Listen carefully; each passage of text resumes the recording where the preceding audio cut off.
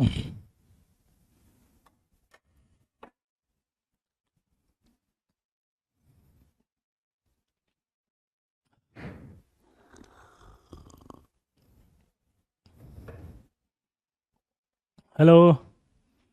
Hi hello everyone, कैसे हैं आप लोग? आई होप अच्छे होंगे। वाह, गुड टू सी यू। आ गए लल्ला? मचाने हल्ला, गली मोहल्ला।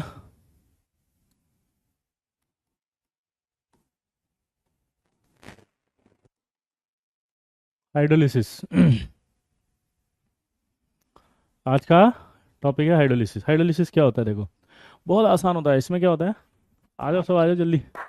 राधे राधे, जल्दी आओ। भारत माता की जय। राधे राधे, राधे राधे जब चले आएंगे बिहारी। राधे राधे।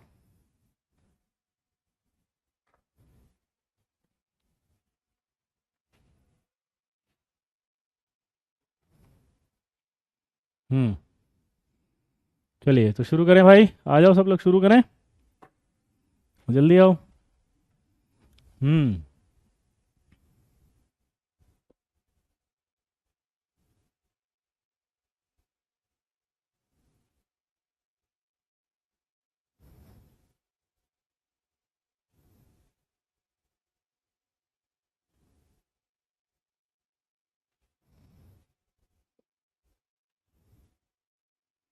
शुरू करें भाई। हाइडोलिसिस। हाइडोलिसिस क्या कहता है? देखो, वाटर आएगा, लोन पेयर लाएगा, ये लोन पेयर वैकेंट ऑर्बिटल में दे जाएगा, और हाइडोलिसिस हो जाएगा। ठीक है? क्या हुआ बताओ? वाटर आएगा, लोन पेयर लाएगा, ये लोन पेयर वैकेंट ऑर्बिटल में दे जाएगा, हाइडोलिसिस हो जाएगा। इनऑर्गेनिक के लिए, रिवीजन के लिए बार बार सिर्फ नोट्स पढ़ें। देखिए, आप बार बार नोट्स पढ़ने के साथ साथ प्रैक्टिस भी कर सकते हैं जो हमने आपको दी है। और मेरी रिक्वेस्ट ये है कि आप जो भी डाउट्स हैं आपके, वो लास्ट के 5 मिनट में पूछें इस तरह के। अभी आप फुल्ली फोकस्ड होकर के हाइडोलिसिस पर फोकस करें। अगर आप हाइडोलिसिस पर फोकस करेंगे तो ये अच्छे से समझ में आएगा, तो रिवीजन की ज़रूरत ही कम पड़ेगी। शॉर्ट नोट्स बनाने की कोई ज़रूरत नहीं है बेटा, है ना साई? आप बस अंडरलाइन करते जाओ जो आपको इंपॉर्टेंट लगता जा रहा है। इट इज़ रिक्वेस्टेड कि लास्ट के 5 मिनट में आप डाउट्स पूछें। जल्दी जल्दी जुड़ जाओ, जुड़ जाओ सारे। तब तक एक काम करो, डाउट ही पूछ लो 5 मिनट, जितने भी डाउट्स हैं तुम्हारे। तब तक सारे बच्चे जुड़ जाएंगे अपने से, जितने भी डाउट हैं तुम्हारे। सर, कल मुझे दूसरे के चैनल में आपका फ़ैन मिल गया। अरे वाह, थैंक यू अक्षत।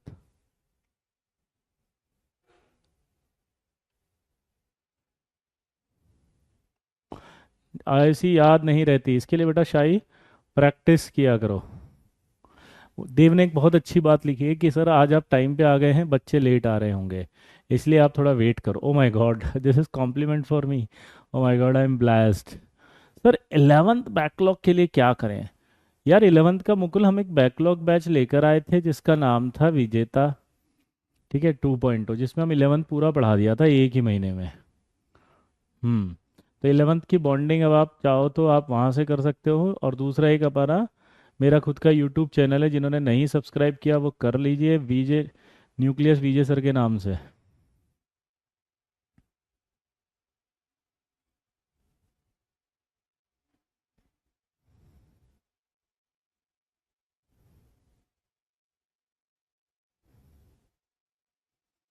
उसमें हमने पूरा 11th करा दिया। सर, मेरा दोस्त एलन में पढ़ता है, मैंने उसे आपके बारे में बताया तो कहाँ गया, कह रहा था, गया वो तो कहीं। 25 तारीख के बाद स्टार्ट होगी बेटा मेंटरशिप, है ना? हाँ।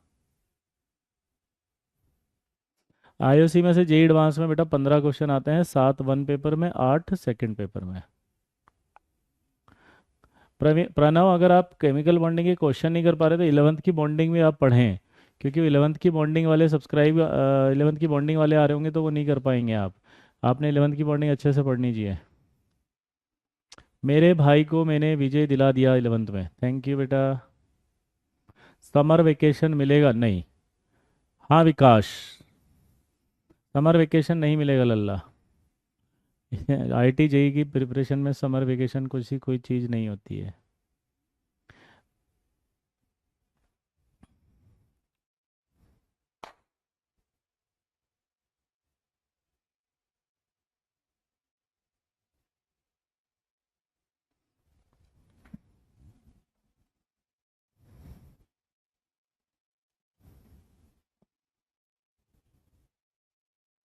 कल हॉलीडे है क्या?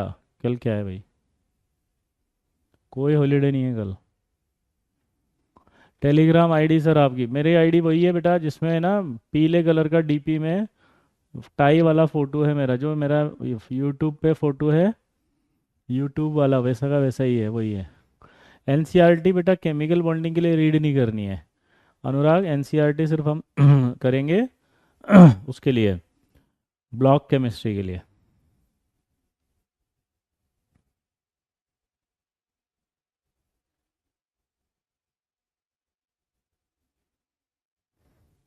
आईओसी का सिलेबस कब तक हो जाएगा? 30 नवंबर तक बोला हुआ ना शाही।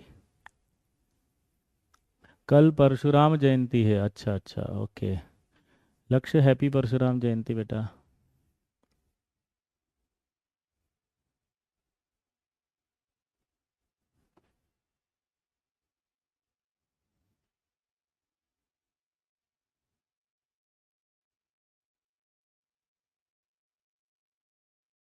शुरू करें अब? आई होप मैंने सारे डाउट्स क्लियर कर दिए। 30 नवंबर है तो 1 दिसंबर, पूरा दिसंबर मिलेगा ना एक महीना रिवीजन के लिए। हम्म। पूरा 1 मंथ रिवीजन के लिए मिलेगा बेटा। प्लेन देखना मैंने 11th के कौन से चैप्टर में सिखाया था, बताया तो था। 11th में सिखाया था, केमिकल बॉन्डिंग में।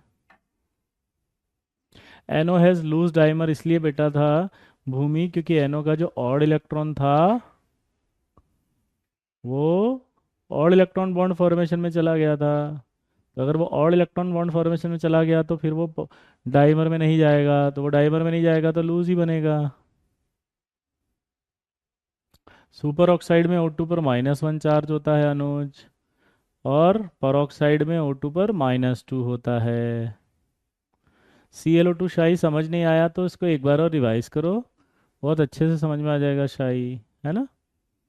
Cl पर एक ऑड इलेक्ट्रॉन था, वो बॉन्ड में चला गया था, है ना। ClO2 में क्या था, एक ऑड इलेक्ट्रॉन था ना शाही, वो ऑड इलेक्ट्रॉन बॉन्ड फॉर्मेशन में चला गया, तो उसमें एक ऑड इलेक्ट्रॉन बॉन्ड आ गया। Maximum number of bonds electron में कितने होते हैं बेटा? नॉन मेटल्स में दो होते हैं, पेरोक्साइड में -2 होता है बेटा ऑक्सीजन पर, O2 -2।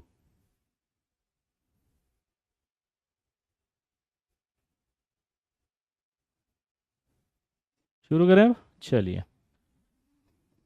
हाइड्रोलिसिस क्या होता है बताओ? हाइड्रोलिसिस में कुछ भी नहीं होता, कंडीशन में वाटर आएगा, लोन पेयर लाएगा, ये लोन पेयर वैकेंट ऑर्बिटल में दे जाएगा और हाइड्रोलिसिस हो जाएगा, ठीक है। अब सोचो आप अपने दोस्त को घर बुलाओ, और आपका दोस्त घर आ जाए और आप घर में खेल रहे हैं, आपके पास जगह है, तो यानी वैकेंट ऑर्बिटल हो गया। आपका दोस्त को आप बुला रहे हो यानी पॉजिटिव चार्ज हो गया। तो कंडीशन ऑफ हाइड्रोलिसिस क्या हुई जल्दी बताओ? कि एक एटम पर पॉजिटिव चार्ज होना चाहिए और दूसरे एटम पर आपका वैकेंट ऑर्बिटल होना चाहिए, दोनों एक ही एटम पर होना चाहिए। तो कंडीशन क्या हुई कि हाइड्रोलिसिस तब होगा जब मॉलिक्यूल में एक ही एटम पॉजिटिव चार्ज रखेगा और एक ही एटम वैकेंट ऑर्बिटल रखेगा, तब जाकर के आपका हाइड्रोलिसिस होगा, क्योंकि लोन पेयर जो है वो आएगा। क्यों आएगा? क्योंकि उसे पॉजिटिव चार्ज बुलाएगा। तो हाइड्रोलिसिस क्या होगा जल्दी बताओ? वाटर आएगा, लोन पेयर लाएगा, ये लोन पेयर वैकेंट ऑर्बिटल में दे जाएगा, हाइड्रोलिसिस हो जाएगा। लेकिन सोचो कभी कि वाटर क्यों आएगा? क्योंकि उसे कोई बुलाएगा। तो उसको बुलाएगा कौन बताओ?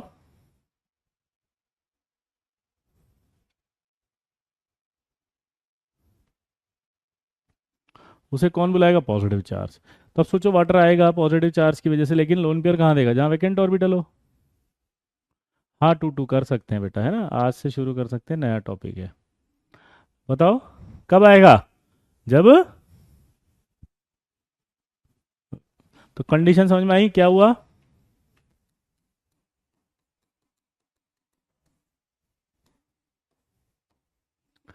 Condition, one bonded atom must have positive charge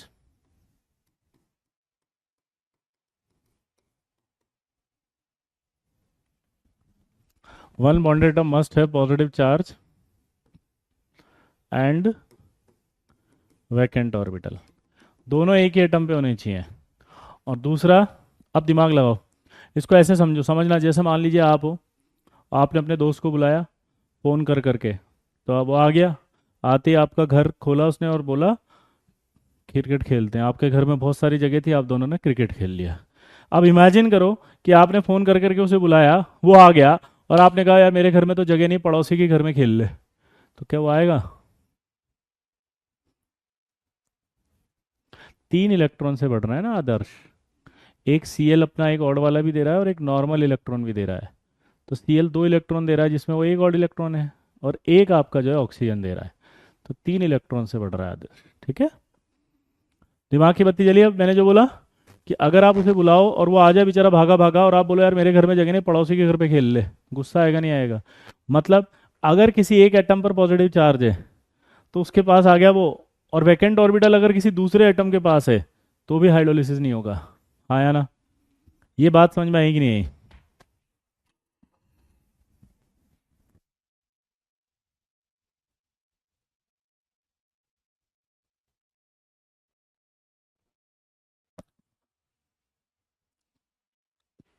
clear? एक चीज़ और, मान लो आपका घर बहुत बड़ा है, आपने अपने दोस्त को फ़ोन करा, बोला आ जा यार खेलेंगे मस्त एकदम। आपका दोस्त आ गया, फटाफट से बल्ला उठाया, कंधे पे लगाया, टोपी लगाई, टेढ़ी करी, चड्डा पहना और निकल पड़ा क्रिकेटर। आ गया, घंटी बजाई, घंटी बजाते ही बोला ठीक है क्रिकेट खेलेंगे आज, तो बड़ा खुश हुआ। घंटी बजाई और जैसे ही घंटी बजाई दरवाजा खुला और बोला बाबूजी खड़े हैं वहाँ। बाबूजी को देखते ही बाबूजी ने कहा क्या कर रहा है, निकल यहाँ से भाई यार, तब बच्चे को डिस्टर्ब करने आया था, एग्जाम चल रहा, निकल। तो क्या वो बच्चा अंदर आ पाया? नहीं। तो अगर अंदर आना है तो बाबूजी को एब्सेंट होना पड़ेगा मत उस समय। उसको कहते हैं हम स्टेरिक क्राउडिंग। स्टेरिक क्राउडिंग मतलब ये होगा कि वो आ सकता है, जगह भी है, पॉजिटिव चार्ज ने बुलाया भी है, लेकिन उस बाबूजी ने मना करके भगा दिया उसको। यानी कि सराउंडिंग एटम, जो अगर स्टेरिक क्राउडिंग का मतलब समझ रहे हो, वो सराउंडिंग एटम अगर बहुत सारे हैं या बड़े हैं तो भगा देंगे, उसको नहीं आने देंगे, तो भी हाइड्रोलिसिस नहीं होगा। तो कंडीशन एक और है क्या? स्टेरिक क्राउडिंग एब्सेंट होनी चाहिए।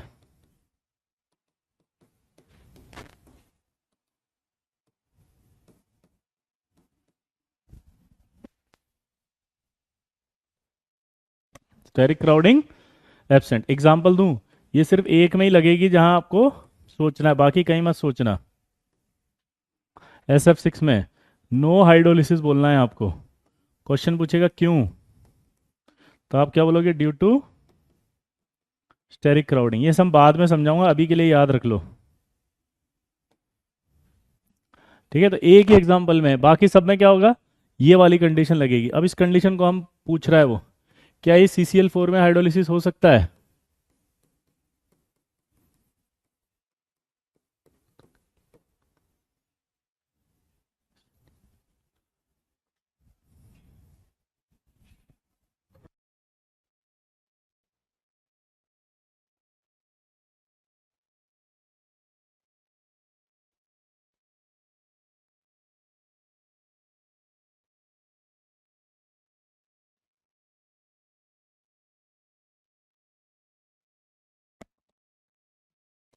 देखो, Cl मोर इलेक्ट्रोनेगेटिव है, वो खींचेगा, ये प्लस है, ये प्लस है, ये प्लस है, ये प्लस है।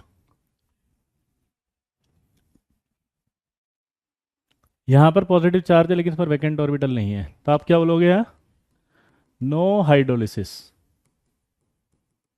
रीजन क्या बोलोगे? Due to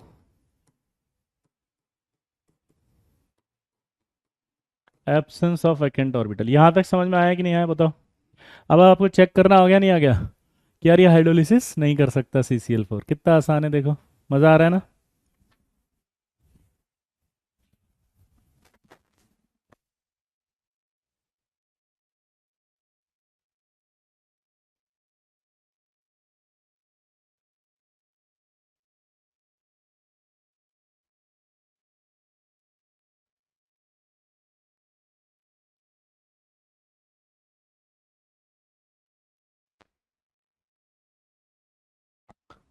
simple.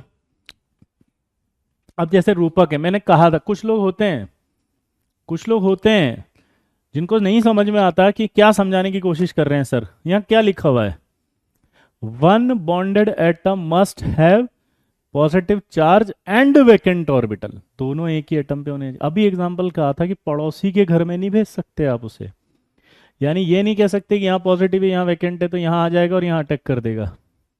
रूपक आई होप आपको समझ में आया होगा। सेंट्रल एटम नहीं, वन बॉन्डेड एटम बोला है अनुराग, जिसके पास भी पॉजिटिव और वैकेंट होगा वहां हाइड्रोलिसिस हो जाएगा, वहां वाटर अटैक करेगा। मतलब हद कर रखी है, इतना समझाने के बाद भी विकास रूपक ये सब नींद में है। इनको कॉफी पिलाओ सबको, चिल्ला चिल्ला के समझाया है कि वो आ जाएगा। अगर उसको कहें कि पड़ोसी के घर में जाके तू चला जा खेलने तो वो नहीं जाएगा। पड़ोसी के, मैं कर रहा हूं ना बात, I can manage. Rupak is a more intelligent student, please don't. ठीक है, क्लियर। हाइड्रोलिसिस मतलब पानी से reaction. To how identify vacant orbital. एक लॉजिक तो मैं आपको बताता हूँ कि थर्ड पीरियड वाले जितने एलिमेंट है सब में वैकेंट ऑर्बिटल बोलना है। ठीक है बेटा, तो यहाँ पर सेकंड पीरियड है इसलिए नहीं था। अब यहाँ सिलिकॉन लेते हैं तो यहाँ थर्ड पीरियड है ये, तो बताओ कौन सा ऑर्बिटल खाली होगा। थर्ड पीरियड है तो डी ऑर्बिटल। तो अगर डी ऑर्बिटल खाली होगा तो ये अपनी ओर खींच रहा है, यहाँ अटैक करेगा ये। अब यहाँ चार बॉन्ड थे, अटैक करेगा तो कितने बॉन्ड बनेंगे, पांच।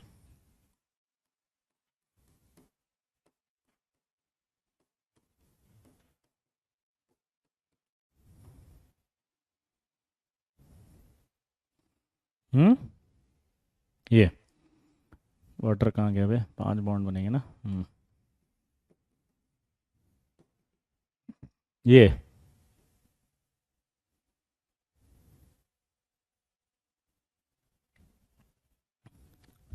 क्लियर है। इसको कहते हैं हम ट्रांजिशन स्टेट। ट्रांजिशन स्टेट में आपको बताओ हाइब्रिडेशन क्या हो गया इसका, sp3d, पांच बॉन्ड हो गए। इसका क्या था, sp3। इसकी ज्योमेट्री क्या थी, टेट्राहेड्रल। इसकी ज्योमेट्री कैसी हो गई अभी, tbp। ठीक है, अब अगर आपने ऑर्गेनिक में कुछ पढ़ा है क्या ऐसा, SN1 और SN2 ज्योमेट्री, जल्दी बताओ। SN1 SN2 कुछ पढ़ा है क्या, लल्ला बोल मेरे। क्या आपने SN1 SN2 कुछ पढ़ा है क्या ऑर्गेनिक में ऐसा।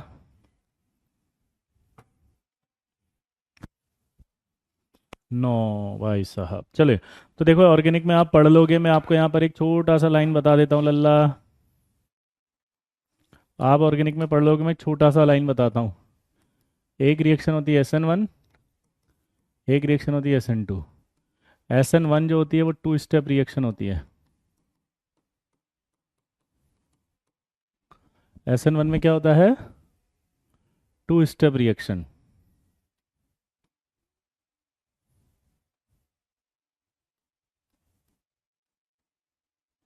टू स्टेप रिएक्शन होती है और इसमें ट्रांजिशन स्टेट बनती है। ये हमेशा क्या होती है, टू स्टेप रिएक्शन होती है और इसमें कैटायन और एनायन बनते हैं।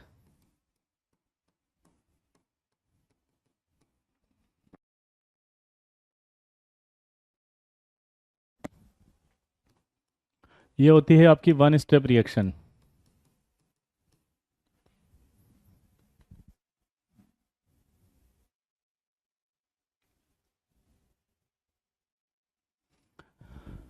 टू स्टेप रिएक्शन है, कैटायन एनायन बनेंगे, वन स्टेप रिएक्शन है, ट्रांजिशन स्टेट बनेगी। जैसे यहाँ पर क्या होगा, जैसे मान लीजिए एक कंपाउंड है MX, तो ये पहले टूटेगा M plus plus x minus में, और फिर उस पर अटैक होता है न्यूक्लियोफाइल का। न्यूक्लियोफाइल वो होता है जो लोन पेयर डोनेट करते हैं, ये ऐसे जुड़ेगा यहाँ।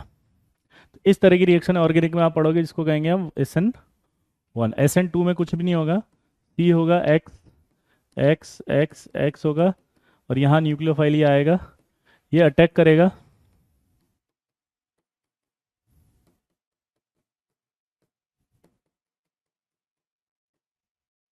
ऐसे, जिसमें क्या होता है, ये ट्रांजिशन स्टेट कहलाती है। ट्रांजिशन स्टेट उसे कहते हैं जिसमें बॉन्ड फॉर्मेशन और बॉन्ड ब्रेकिंग दोनों एक साथ चलता है। इसमें बॉन्ड फॉर्मेशन और बॉन्ड ब्रेकिंग एक साथ चलता है। क्या बोला, जल्दी बताओ। बॉन्ड ब्रेकिंग और बॉन्ड फॉर्मेशन एक साथ चलता है।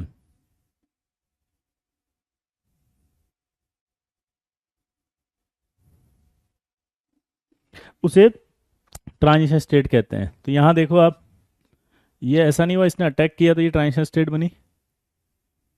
एन यू को हम कहते हैं न्यूक्लियोफाइल। हाँ बेटा विकास, है ना, अभी हम पढ़ेंगे। I R you so excited. मैं आपको ऐसे एग्जांपल सारे बता दूंगा। ठीक है, टीएस का मतलब ट्रांजिशन स्टेट। हम्म।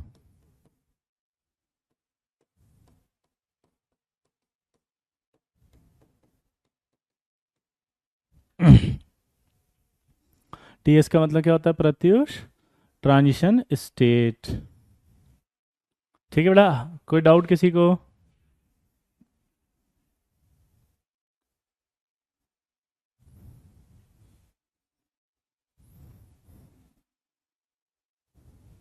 सर वेरी सॉरी, मगर थोड़ा कम समझ आ रहा है। कोई बात नहीं सुमित, आप मुझसे पूछ सकते हो कहाँ पर अटक रहे हो।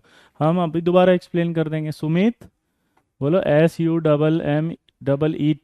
जी, आप लिख लो। सुमित जल्दी आराम से, बहुत आसान टॉपिक है ये। टीएस का मीनिंग लिख दिया ना, ट्रांजिशन स्टेट। यहाँ से नोट करो आराम से, कोई टेंशन नहीं है, कुछ भी नहीं, बहुत इजी टॉपिक है। भी देखो आप, एक की पॉइंट बताऊंगा और उसमें सब खत्म। टीएस का एक्सप्लेनेशन समझ नहीं आ रहा आएगा। टीएस मतलब ट्रांजिशन स्टेट। ट्रांजिशन स्टेट का मतलब होता है ऐसी रिएक्शन, ऐसी स्टेट जिसमें बॉन्ड फॉर्मेशन बनता है और बॉन्ड ब्रेकिंग भी होता है, यानी बॉन्ड बनेगा भी और टूटेगा भी। उसको डॉट डॉट डॉट डॉट से बताया जाता है। तो उसमें क्या होता है हमजा, कि एक बॉन्ड बनता है, एक टूट जाता है।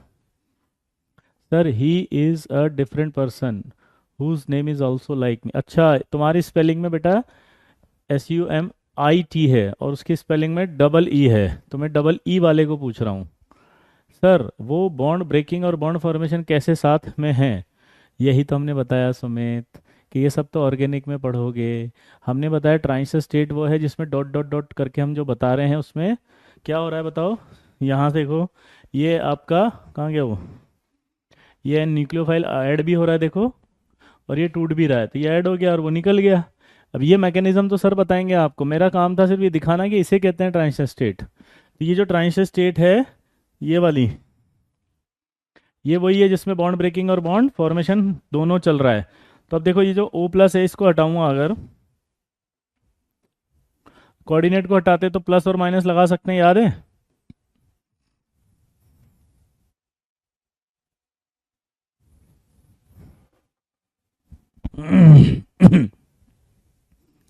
ये देखो प्लस माइनस मान लिया।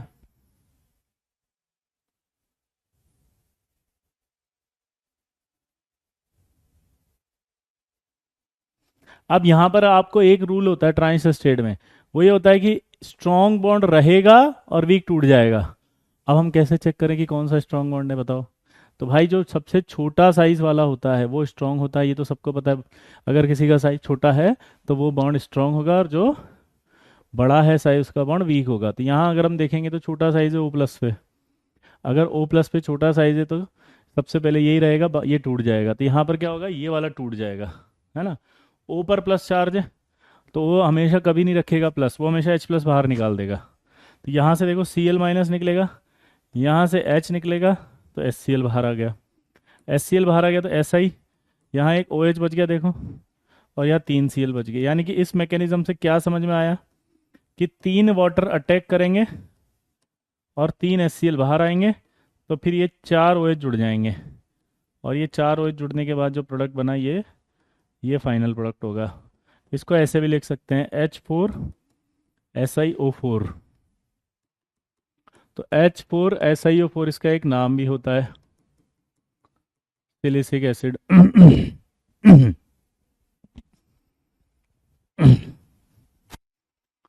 ठीक है। एक्सीएल वाला तो वीक होता है बिल्कुल, लेकिन अगर छोटे साइज का जुड़ा होता है अनुज तो स्ट्रांग हो जाता है ना बेटा। हमने कल बताया था एफ वाला बॉन्ड स्ट्रांग होगा सीएल वाले से, अगर वो एक्सीएल में है तब भी। भूल गए आप, इतना अच्छा सवाल कराया था अनुज। आई होप थोड़ा बहुत ट्रांजिशन स्टेट समझ में आया होगा। है, देखो अब ट्रांजिशन स्टेट में जो भी हुआ वो आ गया। अब आपको कुछ नहीं समझना, इतना सारा मैकेनिज्म नहीं आएगा हमारे। हमको सिर्फ क्या करना है, प्लस की पॉइंट दे रहा हूँ अभी मैं, उससे हो जाएगा। आईएफसी स्कोरिंग है एडवांस में, यस पार्थ। मुझे सुमित हूँ सर, अब समझ आ रहा है मुझे। ओके सुमित, आई होप आपको समझ में आ गया होगा। ओके, डबल ई वाला है। ओके, अभी क्लियर हुआ सुमित? आराम से बेटा, जो भी डाउट हो आप क्लियर निश्चिंत रूप से पूछा करो।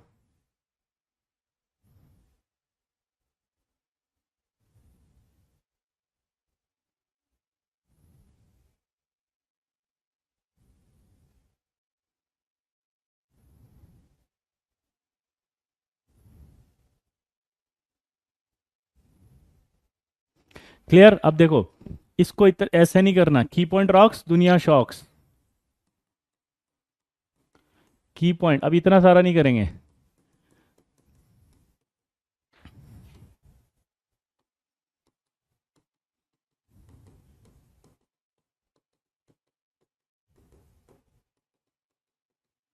चार सी एल है।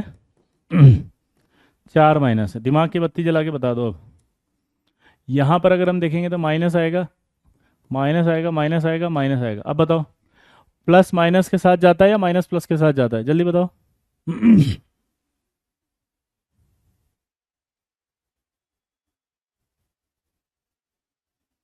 प्लस माइनस के साथ जाएगा या माइनस प्लस के साथ जाएगा, बताओ।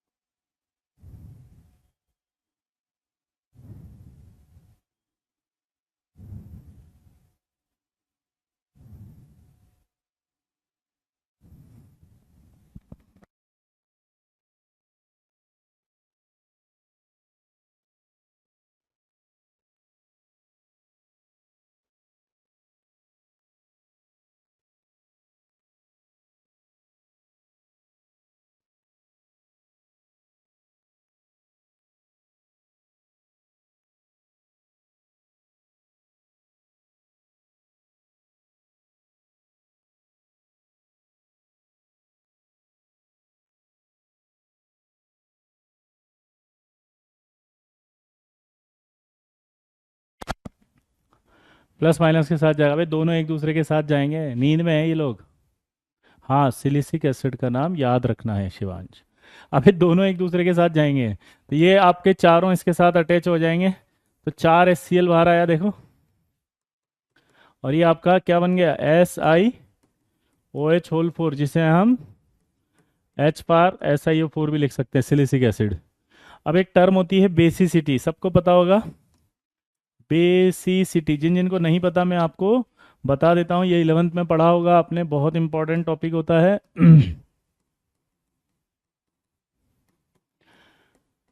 नंबर ऑफ आयनाइजेबल हाइड्रोजन, कि कितने आयनाइजेबल हो सकते हैं उसमें, वो एसिड की बेसिसिटी कहेगी, यानी कि H प्लस निकल सकते हैं। जनरली जो हम बात करते हैं बेसिसिटी की, वो होता है directly proportional to number of hydrogen. यानी आपको जितने भी हाइड्रोजन दिए जाएं उतनी ही बेसिसिटी बोलनी है, एक्सेप्ट इनको छोड़ के। जैसे ये H3PO3, H3PO2, H3BO3 और H4P2O5, इनकी अगर हम बात करें बेसिसिटी की, तो ये दो है, ये एक है, एक है और ये दो है। ये आपको याद रखना है हमेशा। इनको छोड़ के बाकी कोई भी एसिड हो, तो जो उसकी बेसिसिटी आपको बोलनी है वो क्या बोलनी है, बताओ लल्ला।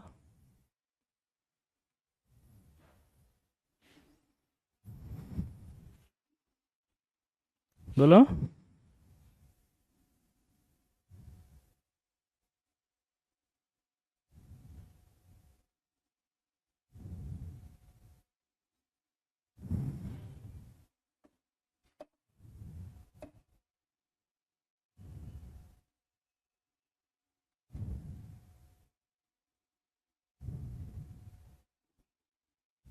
क्या बोलनी है? जितने भी हाइड्रोजन है वही बेसिसिटी। तो यहाँ अगर मैं आपसे पूछूं इसकी बेसिसिटी पूछेगा वो आपसे, आप बताओ कितनी बोलेंगे?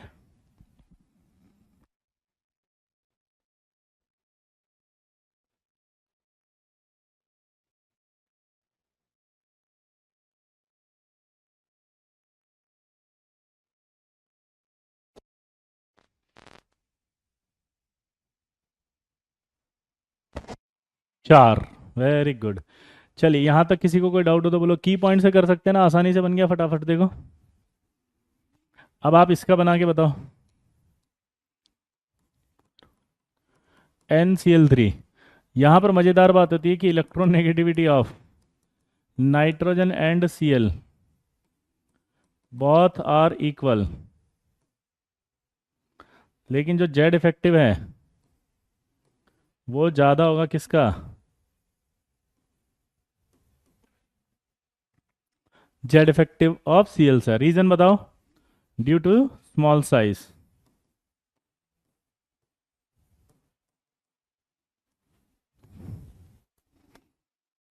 हाँ, ड्यू टू स्मॉल साइज।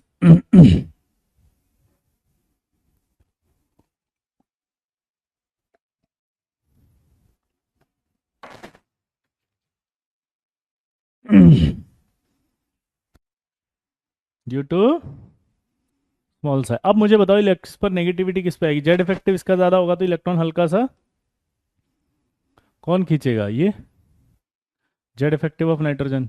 तो यहाँ नेगेटिव आना शुरू हो जाएगा, यहाँ पर प्लस आएगा। क्या Cl पर वैकेंट ऑर्बिटल होता है? देख के बताओ फटाफट से।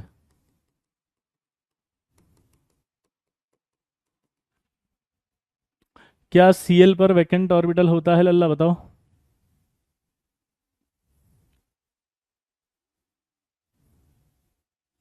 यस। आयुष आपको मैथ्स नहीं आती है, आई एम सॉरी टू से, बट आयुष आपको मैथ्स नहीं आती है।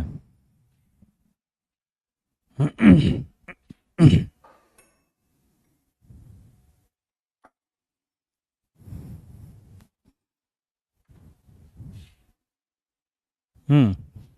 क्योंकि जो प्लस होगा वही तो माइनस के साथ जाएगा, और माइनस तो ये है, तो OH तो Cl के साथ गया, H नाइट्रोजन के साथ आया, तो ये तो NH3+3HOCl बना। इस एसिड का नाम होता है हाइपोक्लोरस एसिड।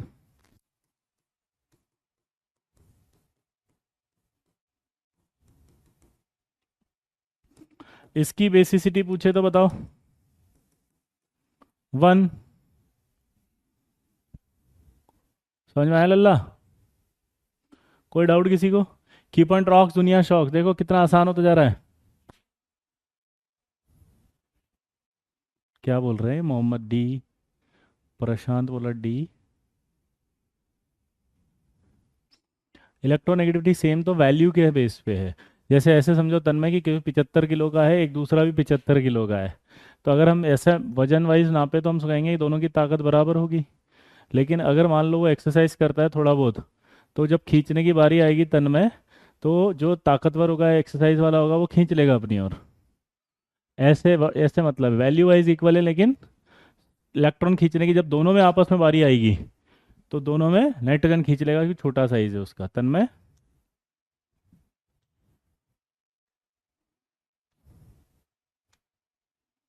तन्मय, बेसिसिटी एक होगी बेटा, तीन है ना, तो 3 HOCl है। हमेशा बेसिसिटी एसिड की बोली जाती थी, एक एसिड की बेसिसिटी एक, ऐसे।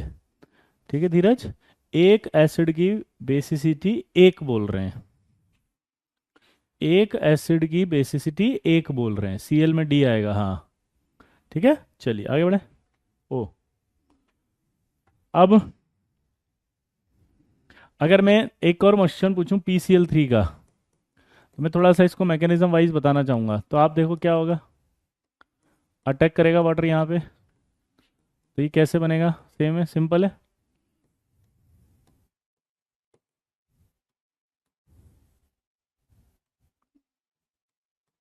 यहाँ आएगा वाटर, ये प्लस हो गया, ये माइनस हो गया, यहाँ Cl है, यहाँ Cl है, यहाँ Cl। अब बताओ, यहाँ से Cl टूटेगा, यहाँ से H+ बाहर नहीं जाएगा, क्योंकि स्ट्रॉन्ग बॉन्ड रखेगा वो ट्रांजिशन स्टेट में।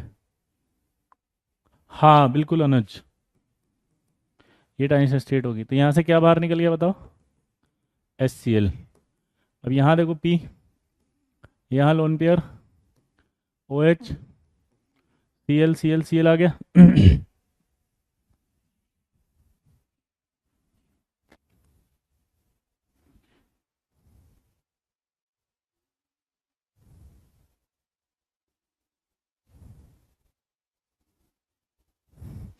अब आपको ऐसा नहीं लग रहा कि यहाँ पे 3 वाटर अटैक करेंगे और 3 HCl बाहर आएंगे,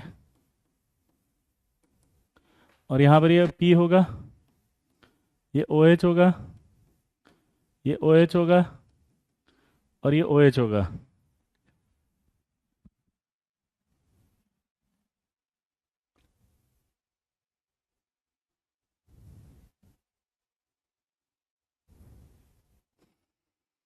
अब इसमें एक खतरनाक स्टेप हो रही है, इसे प्रोटॉन ट्रांसफर स्टेप कहते हैं।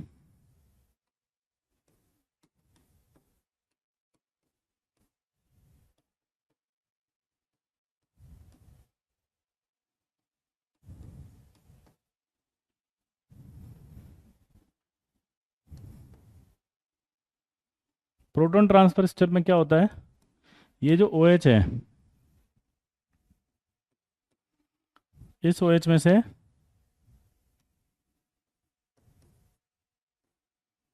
ये इधर, ये इधर आ जाएगा, तो ये डबल बॉन्ड O आ गया, यहाँ H आ गया, यहाँ OH आ गया, यहाँ OH आ गया।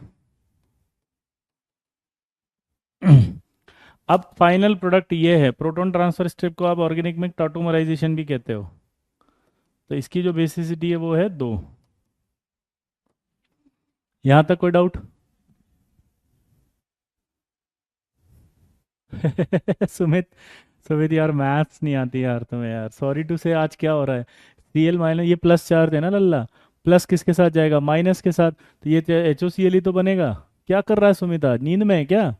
और ये माइनस है तो माइनस के साथ H+ जाएगा, क्या कर क्या रहा है तो सुमित? सुमित नींद में हो क्या? ए सुमितवा, क्या कर रहे हो तुम भाई? प्लस माइनस के साथ जाता भी तो पूछे थे, माइनस प्लस के साथ जाता भी तो पूछे थे। हैं? ए लल्ला, सुमितवा, ए मितवा, सुमितवा, ए मितवा, समझ में नहीं आ रहा तुमको? हैं? अरे प्लस माइनस के साथ जागा तो। ए सुमित, सुमित, ए सुमित, ए सुमित, ए प्लस और माइनस के साथ जाएगा सुमित। चलिए आगे बढ़े। अब एक डाउट है आपको, ऐसा आएगा पता है सर, मैंने कहा हाँ सर, हमें कैसे पता चलेगा कि ये कब होगा कब नहीं होगा? सर आपने यहाँ करा वहाँ नहीं करा, ऐसा क्यों?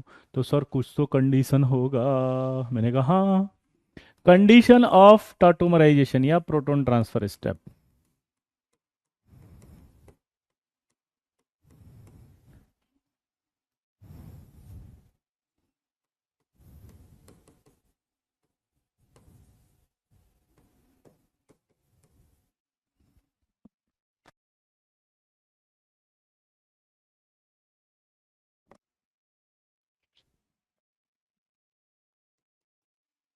Condition of proton transfer step.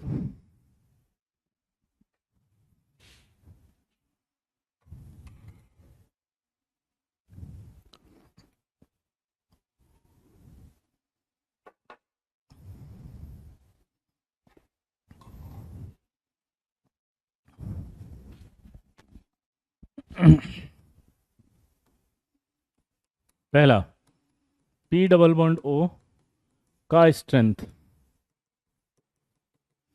ज़्यादा होना चाहिए बॉन्ड डिसोसिएशन एनर्जी। दूसरा, जहाँ पर ये हो रहा है वहाँ लोन पेयर होना चाहिए। सेंट्रल एटम जो है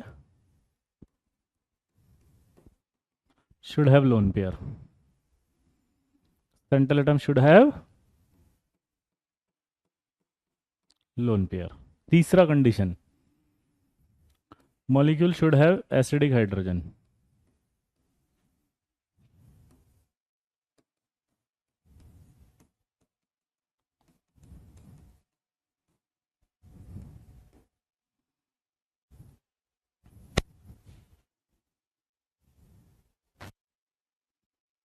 ये तीन कंडीशन अगर होगी उसमें तो जाएगा, नहीं तो नहीं जाएगा।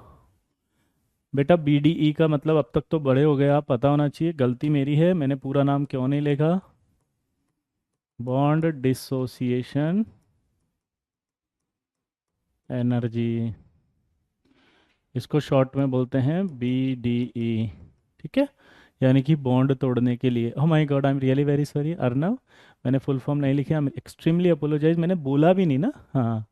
आपने सुना नहीं होगा because you are busy with your coffee, coffee with Arnav. आगे बढ़े। तन्मय, तुम्हारा साबुन स्लो है क्या? हम अभी कंडीशन ही तो बता रहे हैं। तुमने शायद कमेंट बहुत पहले लिख दिया होगा, ये कमेंट हमारे पास बाद में आया। अब पहला कंडीशन क्या, यहाँ पर ये डबल बॉन्ड, इसकी स्टेबिलिटी ज़्यादा है क्या? जो डबल बॉन्ड पाई बॉन्ड होता है, पाई बॉन्ड कौन सा वाला पाई बॉन्ड हमेशा स्ट्रांग होगा? 2p पाई 2p पाई 2p पाई 3d पाई और 2p पाई 3p पाई, यही तीन पाई बॉन्ड स्ट्रॉन्ग्स होते हैं। समझिए बात को, यही तीन है। ठीक है, तो फास्फोरस के अंदर डबल बॉन्ड बड़ा होता है, यानी कि थर्ड पीरियड का हो गया, ये सेकंड पीरियड का हो गया। तो इसका मतलब कन्फर्म है यहाँ पर कौन सा वाला होगा, या तो सेकंड पीरियड वाला होगा या सेकंड थर्ड पीरियड वाला होगा। तो पाई बॉन्ड या तो सेकंड थर्ड वाला होगा, तो इन दोनों में से कोई एक होगा, ये तो कन्फर्म है। तो इसका मतलब ये वाली कंडीशन तो सेटिस्फाइड है। तीसरी, लोन पेयर उसके पास है। चौथा, एसिडिक हाइड्रोजन है।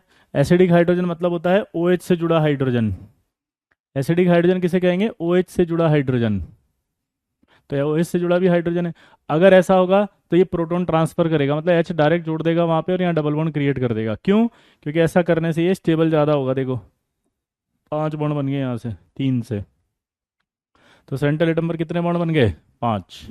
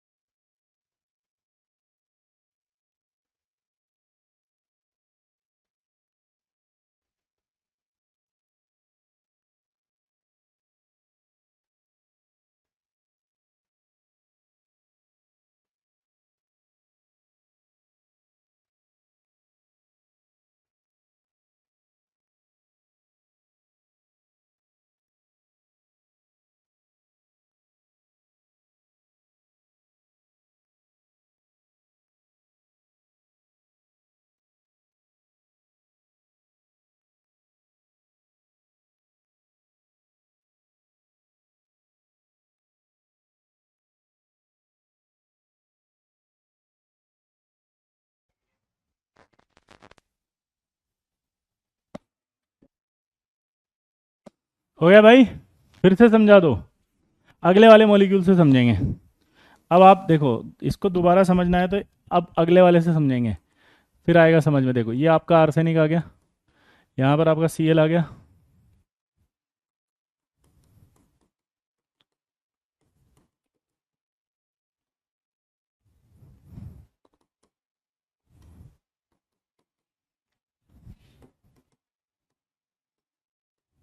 Cl आ जाएंगे यहाँ पे।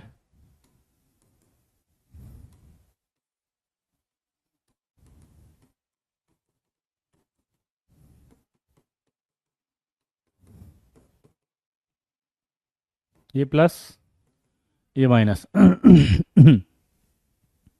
H3PO2 का बेसिटी 1 होगा। Very good Prince. हमने यहाँ पर लिखा था प्रिंस, आपने शायद याद नहीं किया होगा। हमने सारी बेसिसिटी अभी नोट करके लिख दी थी, तो आपको क्या परेशानी नहीं हो, है ना। ये देखो ये लिखी हुई ना, ये देखो H3PO2 की 1। ठीक है बेटा, अभी सिखा रहे हैं हम, आगे बढ़ रहे हैं, है ना। पहले ये वाला कर लें, कहाँ गया वो, ये। अब आपको पता है यहाँ से आपका ये H प्लस निकल जाएगा, यहाँ पर आपका प्लस था, यहाँ से Cl बाहर आ जाएगा। यहाँ से अगर Cl बाहर आ गया तो कंडीशन में देखो क्या बचा, यहाँ AS लोन पेयर, हाँ OH आ गया एक, ये Cl आ गया, Cl आ गया। अब वापस अटैक करेंगे तो 3 की जगह 2 वाटर आएगा, 2 HCl बाहर आएगा। यहाँ देखेंगे तो क्या आएगा, ये OH OH और OH। अब मेरा सवाल ये है, क्या इसमें प्रोटॉन ट्रांसफर स्टेप होगा क्या, 3 Cl से 4 कैसे हो गए। अच्छा सॉरी, ये तो लोन पेयर आएगा ना यहाँ। ये देखो क्या यहाँ प्रोटॉन ट्रांसफर स्टेप होगा, पहले वो बताओ जिनको समझ में आ गया। क्या यहाँ प्रोटॉन ट्रांसफर स्टेप होगा क्या, जल्दी बताओ। क्या यहाँ प्रोटॉन ट्रांसफर स्टेप होगा क्या, यहाँ से यहाँ बताओ।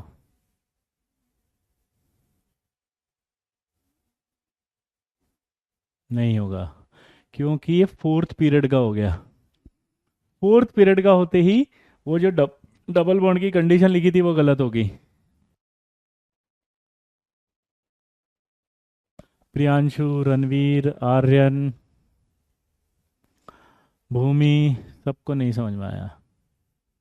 कंडीशन क्या थी, तीनों कंडीशन होनी चाहिए थी ना सेटिस्फाइड, उसमें लिखा था कि जो डबल बॉन्ड है वो सिंगल बॉन्ड से ज़्यादा होना चाहिए। सिंगल सिंगल से ज़्यादा होना चाहिए, हाँ सिंगल से ज़्यादा होना चाहिए, हाँ या ना बेटा।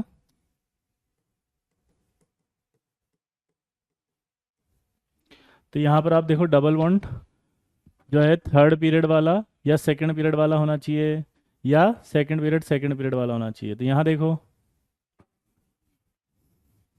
फोर्थ पीरियड हो गया, तो अगर फोर्थ पीरियड हो गया तो क्या होगा क्या उसमें, नहीं। तो यहाँ प्रोटॉन ट्रांसफर स्टेप नहीं होगा। अभी समझ में आया नहीं आया कि कैसे पता पता चल रहा है कि यहाँ प्रोटॉन ट्रांसफर स्टेप होगा, यहाँ नहीं होगा। देखो इसमें 3 कंडीशन सेटिस्फाइड हो रही है, एसिडिक हाइड्रोजन तो था, लोन पेयर था, लेकिन फोर्थ पीरियड का है इसलिए बॉन्ड वीक है, तो ये नहीं बनाएगा।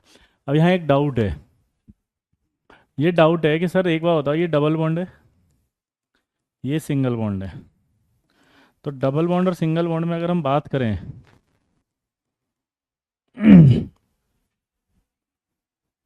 ये डबल बॉन्ड और सिंगल बॉन्ड में अगर हम बात करें तो उस कंडीशन में बताओ क्या होगा, क्या होगा बताओ। सिंगल बॉन्ड और डबल बॉन्ड में अगर हम बात करें तो हमेशा ही डबल बॉन्ड ज़्यादा स्टेबल होता है सिंगल बॉन्ड से।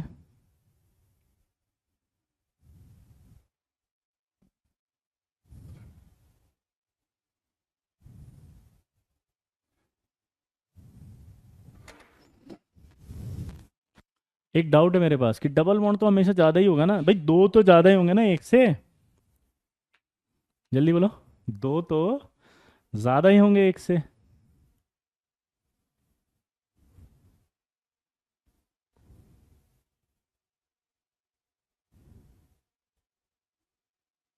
दो तो ज़्यादा ही होंगे, तो ये डाउट तो सर है अभी भी। तो इसका एक आंसर देता हूँ। मान लो तुम्हारा झगड़ा हो गया किसी से भयंकर वाला, और उसने कह दिया तुमसे कि बेटा तू बाहर अकेले मिल गया ना तेरी टांगे तोड़ दूंगा। तो अब जब तुम अकेले जा रहे हो तो बाबूजी क्या कह रहे हैं तुमसे कि अकेला मत जा, नहीं तो झगड़ा हो रहा है तुम्हारे को बहुत तगड़ा। तो तू एक काम कर, अपने भाई को ले जा, भाई आपसे 1 साल छोटा, तो 1 साल छोटे की भी ताकत आपके बराबर ही होती है, आसपास ही होती है। तो आप उस भाई को लेके जाना पसंद करोगे, क्योंकि अगर झगड़ा होगा तो वो लड़ाई झगड़े में आपका साथ देगा। तो पिताजी ने बोला एक से भले दो, भाई को भी लेके जा, तो आप ले गए। अब उल्टा दूसरा केस, आप जा रहे थे अकेले, बाबूजी ने कहा कि यार अकेला मत जा, एक से भले दो, तो एक काम कर अपने अंकल।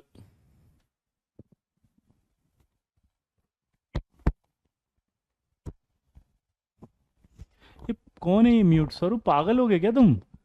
म्यूट कहाँ है, आवाज नहीं आ रही मेरी, डिस्टर्ब कर रहे हो बीच में।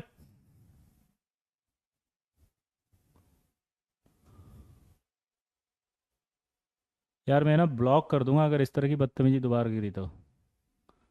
मैं इतना अच्छा कॉन्सेप्ट समझा रहा हूँ, उसमें बीच में डिस्टर्ब कर दिया एकदम से, म्यूट म्यूट म्यूट करके। तो आपने कहा कि बाबूजी बाबूजी ने कहा कि आप कहाँ जा रहे हो, तो बोला कि बाबूजी मैं आता हूँ एग्ज़ाम देने। तो बाबूजी ने कहा भैया एक से भले दो, तुम एक काम करो अपने अंकल का बेटा लेके जाओ। आपके अंकल का बेटा 1 साल का, अब एक से भले दो, आप लेके गए उसको अगर, तो सोचो क्या होगा। आप मना करोगे ना उसको ले जाने से कि नहीं पापू जी मैं अकेला ही चल जाऊंगा, कम से कम दुश्मन मेरे पीछे भागेगा तो मैं भाग तो लूंगा।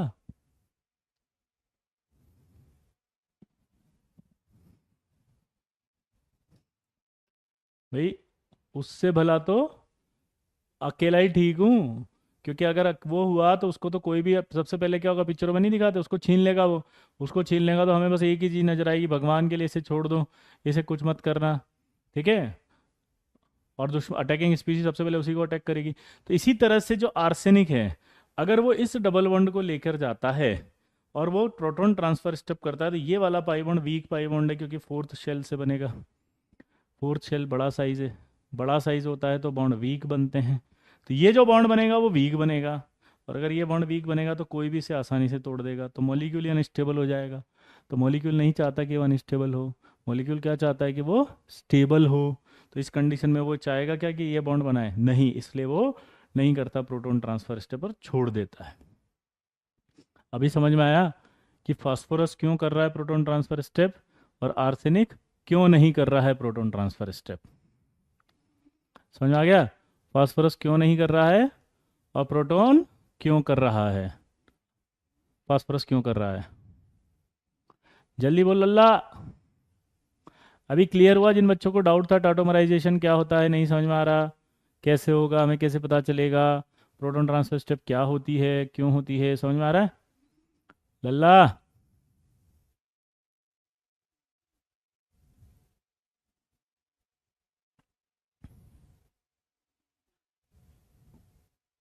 चलिए,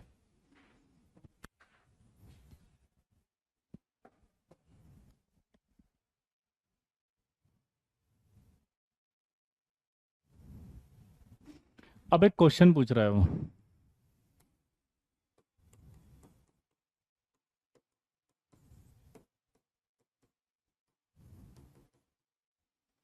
इसमें बोल रहा है रेट ऑफ हाइड्रोलिसिस।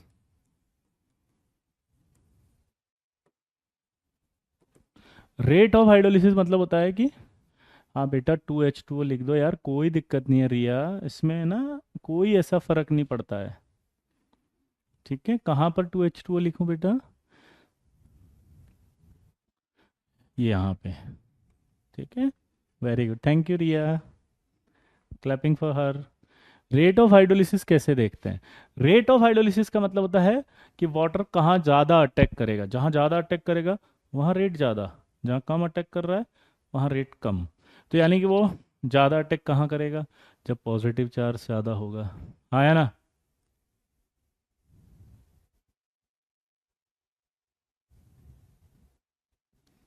बोलो।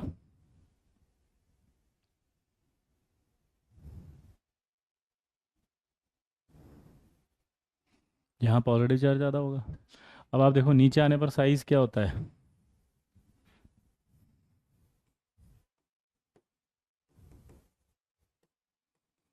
नीचे आने पर साइज़ बढ़ेगा, साइज़ बढ़ेगा तो चार्ज की डेंसिटी घटेगी नहीं घटेगी।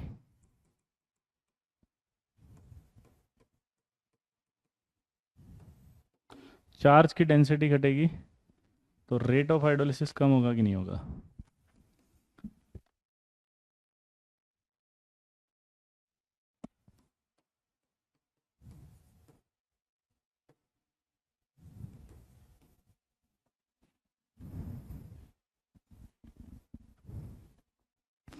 इसी वजह से ये जो है वो कंप्लीट हाइड्रोलिसिस रखते हैं,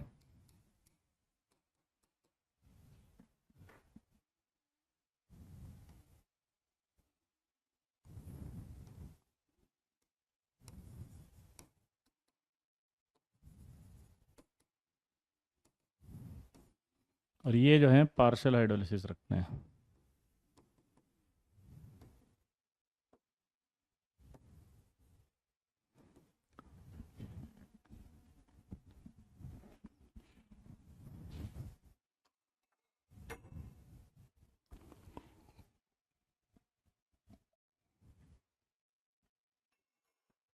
कंप्लीट हाइड्रोलिसिस मतलब क्या होता है अभी थोड़ी देर में बताएंगे, पार्शल का मतलब भी बताएंगे, ठीक है।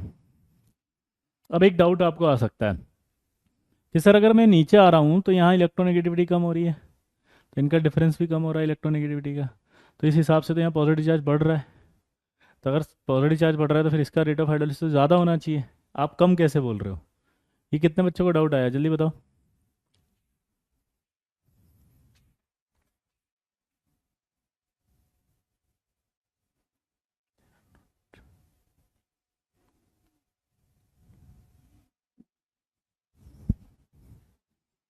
बोलो, डाउट समझ में आया आपको, नहीं आया?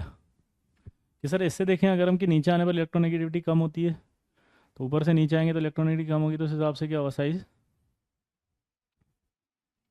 इलेक्ट्रोनेगेटिविटी कम हो रही है तो पॉजिटिव चार्ज का बढ़ना चाहिए।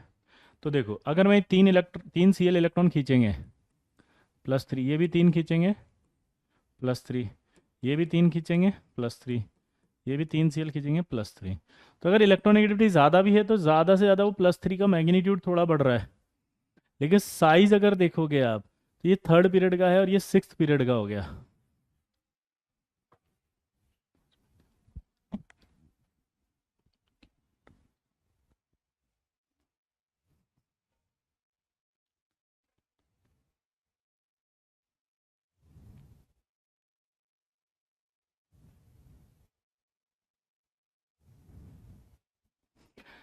तो साइज डबल हो गया, तो साइज अगर डबल हो गया तो चार्ज की डेंसिटी तो बहुत घट गई, क्योंकि इलेक्ट्रोनेगेटिविटी के डिफरेंस की वजह से चार्ज डबल थोड़ी हो गया।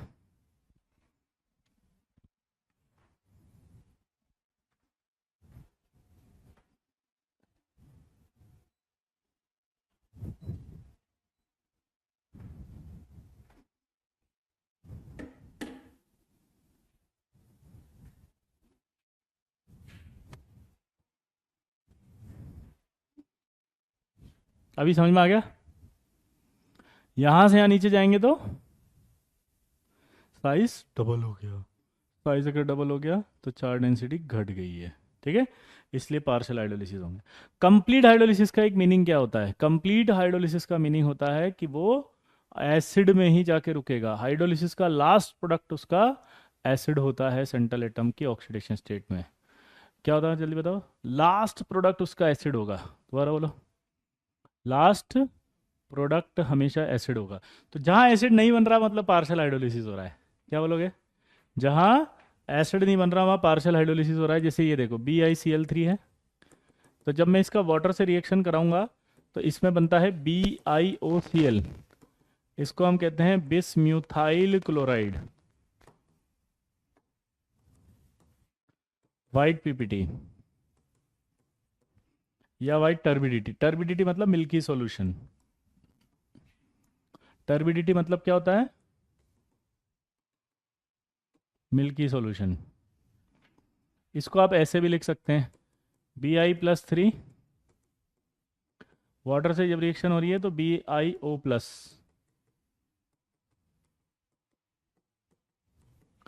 बिस्म्यूथाइल केटाइन, वाइट टर्बिडिटी।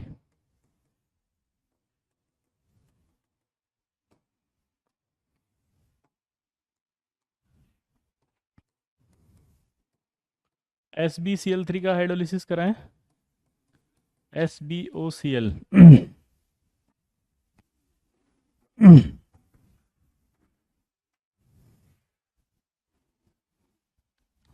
इसको बोलते हैं हम एंटी मोनाइल क्लोराइड,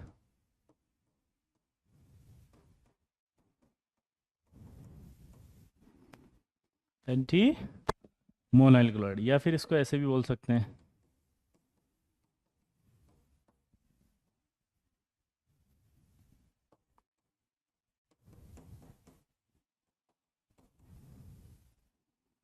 ठीक है, वाइट टर्बिडिटी, सब वाइट टर्बिडिटी है, एंटी मोनाइल केटाइन।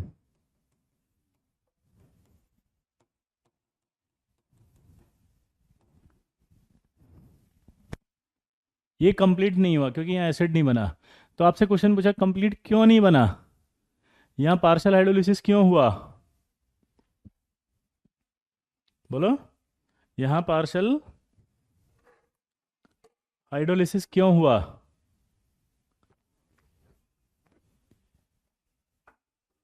क्योंकि इनका चार डेंसिटी घट गया था। यार ये कौन है यार, ये जो पूछते हैं कि वाइट के बाद क्या लिखा है? मैंने 4 बार बोला है यार, मतलब लिमिट क्रॉस कर देते हो तुम लोग ना।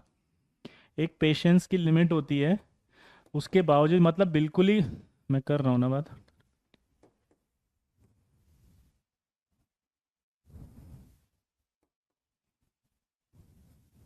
क्लियर?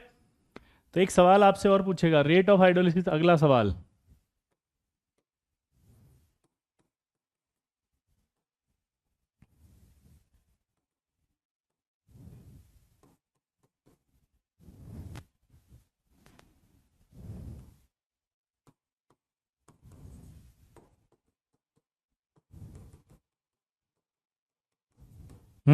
बताओ।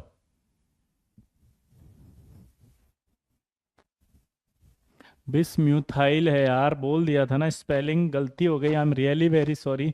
सेम लिखा है तो वो म्यू रह गया होगा एम यार। बोल दिया ना बेटा, या अंग्रेजी अंग्रेजी खिला रहा हूँ क्या? ये लो अंग्रेजी लिखो। खुश? इंग्लिश का पेपर दे के आना वहाँ पे, है ना अभिषेक? ये लो, करो इसको सवाल को, केमिस्ट्री का मत करो सवाल।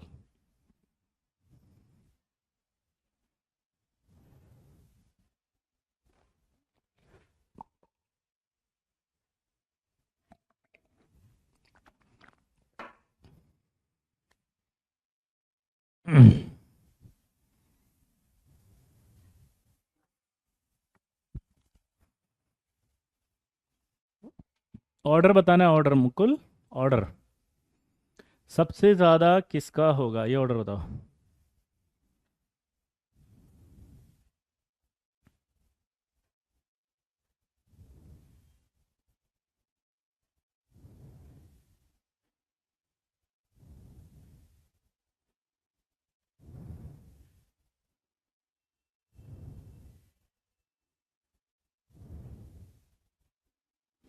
अब एक मजेदार बात है, CCl4 का तो होगा ही नहीं। क्या बोला? CCl4 का तो होगा ही नहीं, नो हाइड्रोलिसिस, अभी तो बताया था।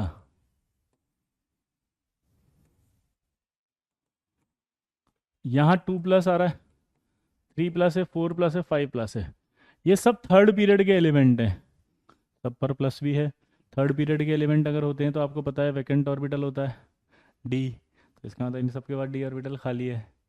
और अगर इन सब के बाद डी ऑर्बिटल खाली है।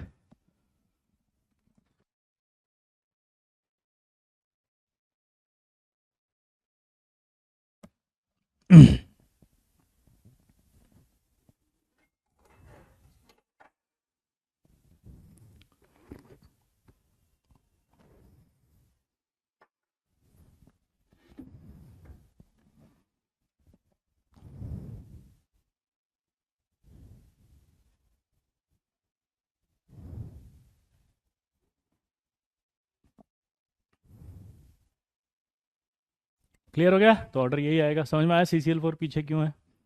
एक और सवाल पूछेगा, रेट ऑफ हाइड्रोलिसिस।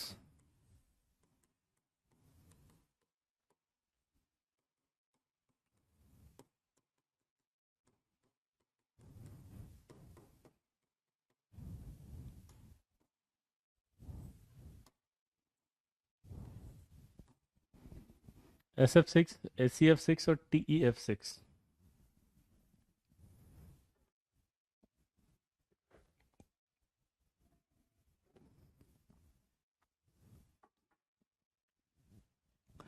आर्यन आपका साबुन भी स्लो है और आप भी स्लो हैं। आर्यन कह रहा है कि सर इधर फास्फोरस का साइज बड़ा होगा तो उसका कम होगा। बेटा लेफ्ट से राइट जाते हैं, साइज छोटे होते हैं लल्ला। साइज छोटे होते हैं तो उसका साइज सबसे छोटा है, और उस पर +5 है। अगर उस पर +5 है, साइज भी छोटा है, तो ऐसा नहीं लग रहा आर्यन चार्ज डेंसिटी ज़्यादा है? बेटा थोड़ा सा देखना पड़ेगा ना, क्योंकि जेई एडवांस की तैयारी कर रहे हो अब आर्यन, है ना?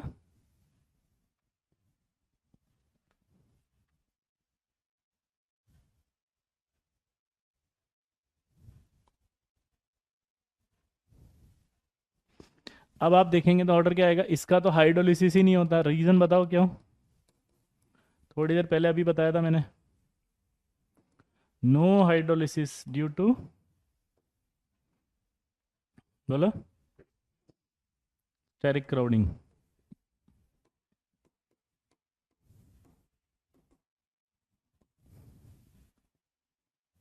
तो अब यहां तो होगा नहीं, इधर से इधर जाएंगे तो क्या होगा, साइज बढ़ रहा है। ये ऐसे नहीं है, ये ऐसे सल्फर सेलेनियम और टेलुरियम, तो नीचे आएंगे तो साइज बढ़ेगा नहीं बढ़ेगा। साइज अगर बढ़ेगा तो स्टेरिक क्राउडिंग घटेगी। जैसे एक टेनिस की बॉल है, उस पर आप दो फुटबॉल लगाओ, तो दोनों फुटबॉल लग गई ऐसे, तीसरी लगाओ चौथी लगाओ तो धक्का पड़ने लगेगा फिर। लेकिन अगर आपने टेनिस की बॉल की जगह फुटबॉल ली और उसी पे फुटबॉल लगाना शुरू कर दिया तो ज़्यादा फुटबॉल आ सकती है। तो इसी तरह से जब साइज बढ़ रहा है सेंट्रल एटम का, तो इन्हें होल्ड करने की कैपेसिटी आ रही है। तो यानी कि इधर से इधर जाएंगे तो स्टेरिक क्राउडिंग क्या होगी, कम, तो रेट ऑफ हाइड्रोलिसिस बढ़ेगा।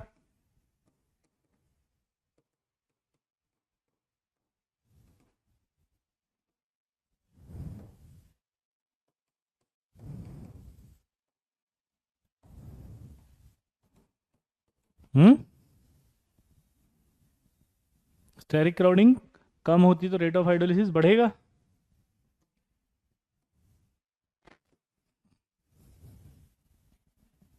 स्टेरिक क्राउडिंग कहाँ वर्क करेगी, सिर्फ SF6 में, यही तो बताया था मैंने भी, और क्या बताया यार, वही तो लिया यार, उसी के ग्रुप के दो एटम लिए। मतलब क्यों इतना होच पोच कर लेते हैं। आपको कहा जा रहा है कि एक एग्जाम देना है जेई एडवांस का, उसमें भी आप पूछ रहे हैं सर जेई एडवांस का दूं या जेई एडवांस के अंदर ट्रिपल ई IIT हैदराबाद, मतलब क्या है यार, सिंपल एक बोला, दुनिया में एक मॉलिक्यूल स्टेरिक क्राउडिंग के लिए बोल के छोड़ा है आपको SF6। प्रांशुल उसमें भी तुमने पूछ लिया कि कहाँ लगेगा, ओह माय गॉड मैं तो लुट गया, लुट पुट गया, लुट पुट गया। क्यों ना प्रांशुल, इतना सिंपल, इससे सिंपल और कहाँ। यहाँ स्टेरिक क्राउडिंग है, यहाँ साइज बढ़ा, स्टेरिक क्राउडिंग कम हुई, यहाँ और बढ़ गया, स्टेरिक क्राउडिंग और कम हो गई, तो पानी सबसे ज़्यादा यहाँ अटैक करेगा, यहाँ अटैक करेगा तो आसानी से हो जाएगा।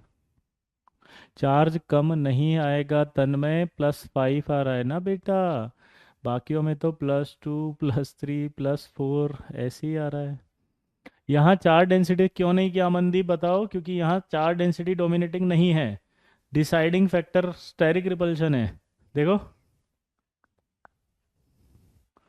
क्योंकि यहाँ अगर आप देखोगे तो चार्ज डेंसिटी यहाँ ज़्यादा है, लेकिन ये फिर भी हाइड्रोलाइज्ड नहीं हो रहा है क्योंकि स्टेरिक क्राउडिंग रोक रही है।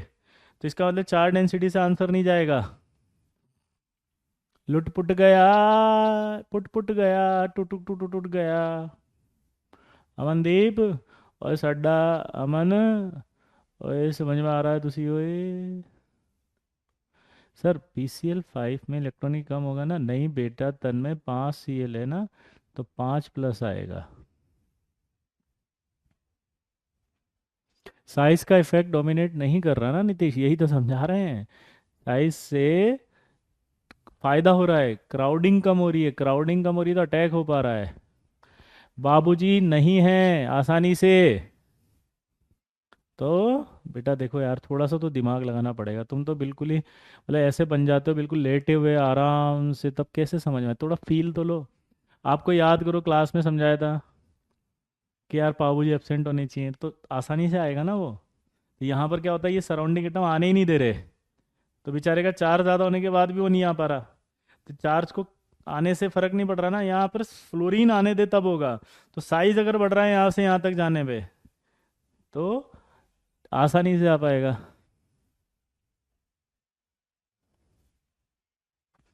यार तन में आप अपना डाउट पूरा लिख दो यार, क्योंकि मुझे नहीं लग रहा कि आप मतलब समझना चाह रहे हो, कुछ पता नहीं क्या लिख रहे हो यार। This is horrible and terrible, दोनों बोल रहा हूँ मैं। अगर आपका IQ लेवल इस तरह का है तो दिस इज़ द, क्या बोलूँ, कुछ सिचुएशन ही नहीं समझ में आ रही। But delta plus due to PCl bond, complete plus तो नहीं है, नहीं है, प्लस डेल्टा ही है, सारे सारे चार सब में चार डेल्टा ही है। आपको यहाँ तक समझ में नहीं आ रहा कि चार डेल्टा ही लिख रहे हैं हम सब में।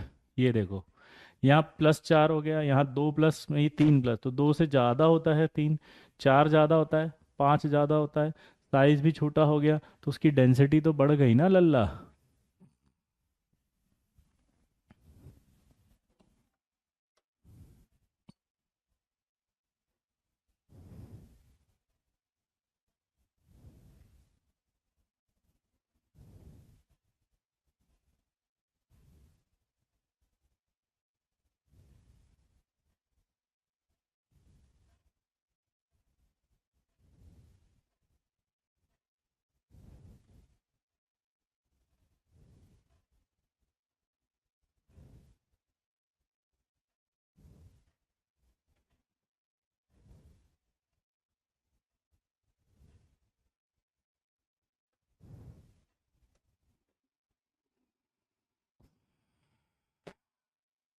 हो गया। चलिए, तो इस तरह के सवाल आएंगे तो आराम से आप कर देंगे रेट ऑफ हाइड्रोलिसिस के। अब आपसे कुछ पूछा है कि हाइड्रोलिसिस ऑफ मार्शल एसिड बताओ। मार्शल एसिड का फॉर्मूला बताओ। ये होता है H2S2O8।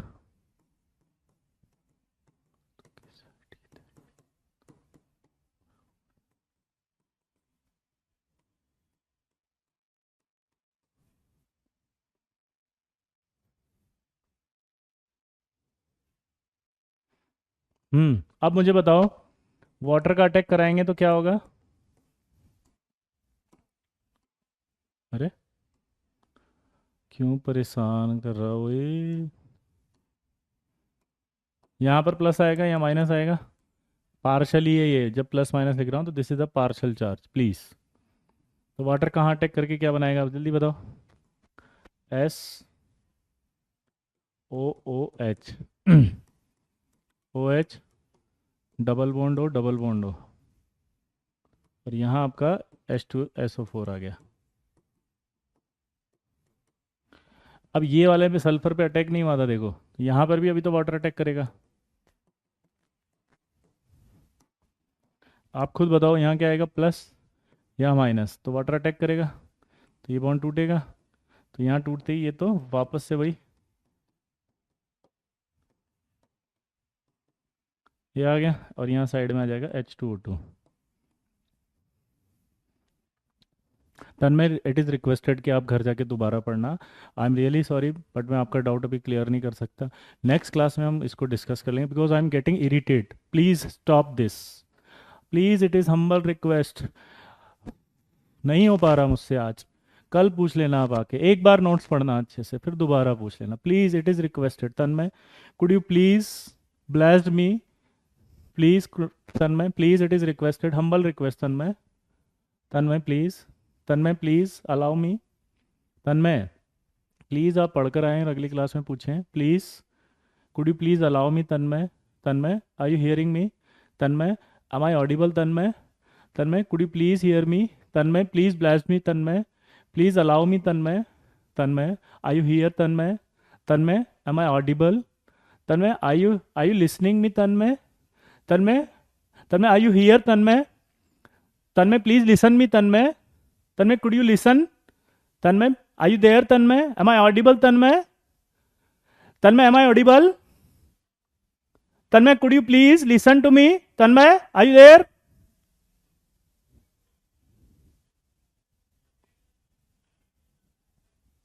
मैं कर रहा हूँ ना बात, तू क्यों बीच में आ रहा है? तन्मय कल पढ़कर आएगा, फिर दोबारा पूछेगा। वो ऐसा बच्चा है कि वो समझता है कि आगे अगर टॉपिक बढ़ गया तो स्टॉप करके अपन को नोट्स रिवाइज करने चाहिए। वो ऑलरेडी क्लियर होगा, सर ने 2 से 3 बार बता दिया सेम डाउट। तो इसका मतलब आप उसको पता है कि उसका दिमाग स्लो चल रहा है, उसको नहीं कैच कर पा रहा वो चीज़, कॉन्सेप्ट मिसिंग है उसका। वो पढ़ लेगा घर जाके, आ जाएगा उसको। तू क्यों बीच में बोल रहा है ऐसे? और आइंदा से आगे मैं श्योर कर रहा हूँ कि वो ध्यान रखेगा कि इस तरह से एक ही डाउट के पीछे नहीं बैठ जाते हैं। आगे अगर टॉपिक चल रहा है तो थ्योरी को खराब मत करो ऐसे जबरदस्ती, गंदे संदे सड़े हुए गले हुए डाउट के चक्कर में फ्रेश थ्योरी खराब नहीं करते हैं। अगर एक बार टीचर ने बता दिया और आपको नहीं आ रहा है तो आपका ये फर्ज होता है कि आप घर जाए नोट्स रिवाइज करें, वो आ जाएगा। और अगर फिर भी नहीं आ रहा तो इसको स्किप करके छोड़ दें, क्योंकि वो सड़ा हुआ गला बदबूदार डाउट है जिसकी कोई वैल्यू नहीं है। मैं कर रहा हूँ ना। चलिए, तो अब बताओ फाइनली, अगर मैं ये पूछूं कि ये मार्शल एसिड, इसका नाम याद है क्या होता है? कैरोज एसिड।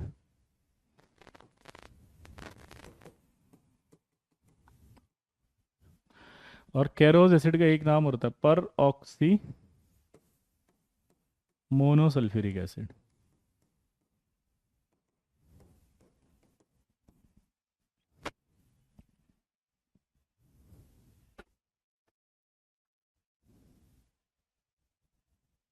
क्लियर बेटा?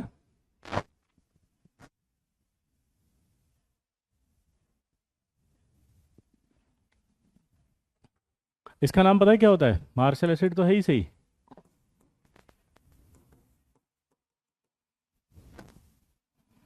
इसको एक और बात बोलते हैं।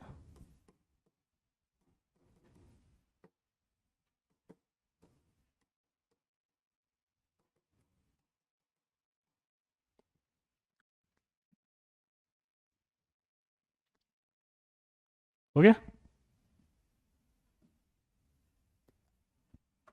शुभम, आपको बैकलॉग के लिए क्या करना है कि नंबर ऑफ लेक्चर जितने भी आपके हैं उनको इकट्ठा करके नोट कर लो, और तुरंत, क्या बोला मैंने, तुरंत एक टाइम टेबल बना लो, और उससे आप उसको ये मानकर चलो कि उसकी क्लास है, तो तुरंत आप उसको याद कर लोगे। ठीक है।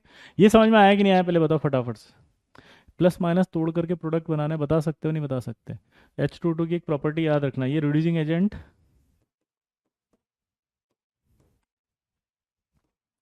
As well as oxidizing agent है। क्या है ये?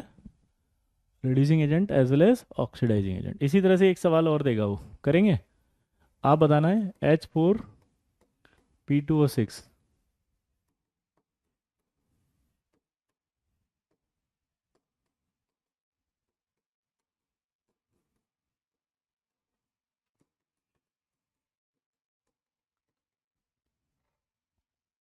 ये हाथ छोड़ दो, हैवी हो गया सर आजकल। किस किस को हैवी नहीं लगा, कि नहीं सर मज़ा आ रहा है, फटाफट बताओ। रणवीर, एक बार फीडबैक ले लेते हैं फटाफट से।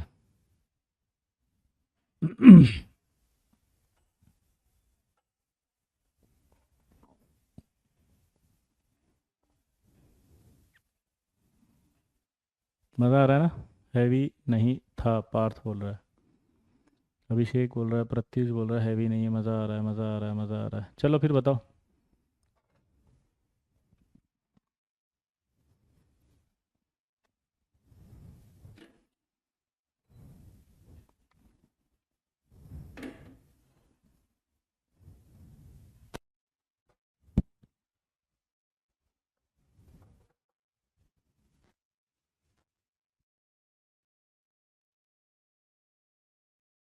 हम्म।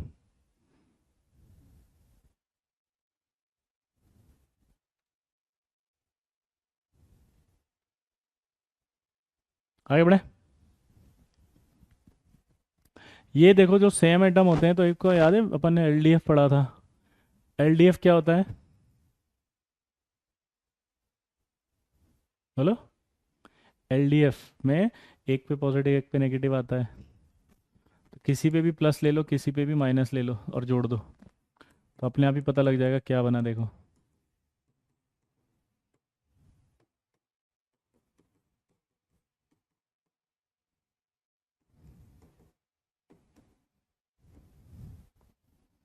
क्लियर? एक मज़ेदार बात आपको बताता हूँ, इसके दो नाम होते हैं। एक होता है इसका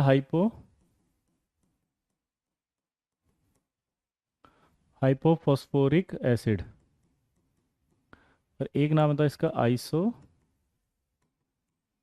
हाइपोफॉस्फोरिक एसिड।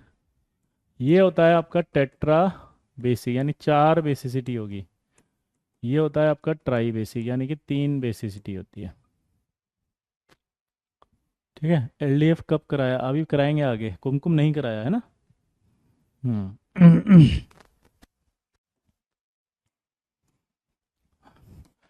तो आइसो वाला जो होता है वो ये स्ट्रक्चर होता है।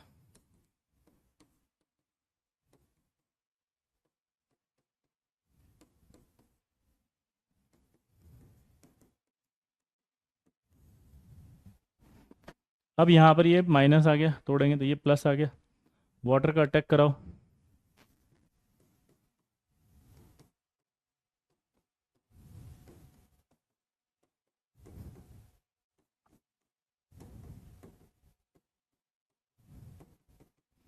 इसका नाम आपको बताइए, ऑर्थोफॉस्फोरिक एसिड होता है।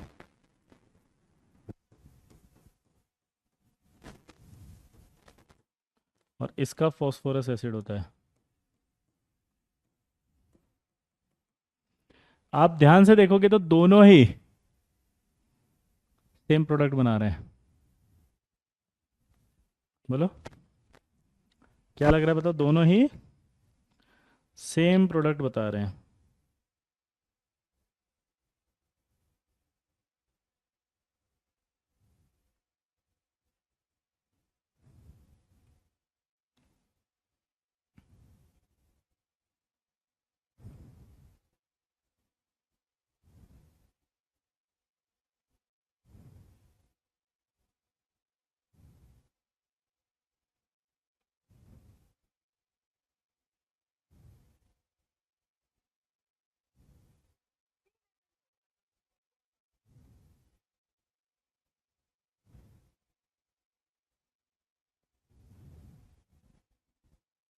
हो गया।